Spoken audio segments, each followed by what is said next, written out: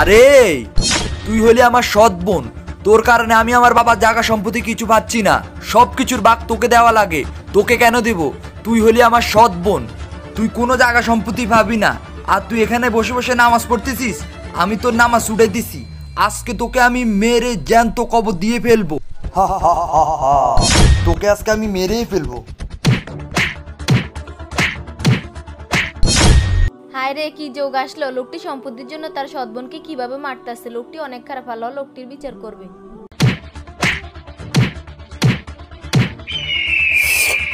যাক, শেষ করে দিয়েছি, চারদিকে কেউ নাই। ওকে আমি এখন কবর দিয়ে ফেলবো, তারপর সব সম্পত্তির মালিক আমি হব। যাই, কোদালটা নিয়ে আসি। উফ, যাক, মাঠে দিয়ে আসলাম, অনেক গরম লাগতেছে। আরে অনেক রোদ, অনেক পিপাসা পেয়েছে, পানি কই পাই এখন? ভাইয়া এই নাও পানি খাও। আরে তুই এখানে কিভাবে আসলি? তোকে না আমি একটু আগে কবর দিয়ে আসছি, তুই এখানে কিভাবে আসলি? ভাইয়া তুমি জানো না তোমার কষ্ট আমার সহ্য হয় না। আরে আমি এটা কি করলাম? আমার বোন আমাকে এত ভালোবাসতো, আমি তাকে মেরে কবর দিয়ে আসলাম।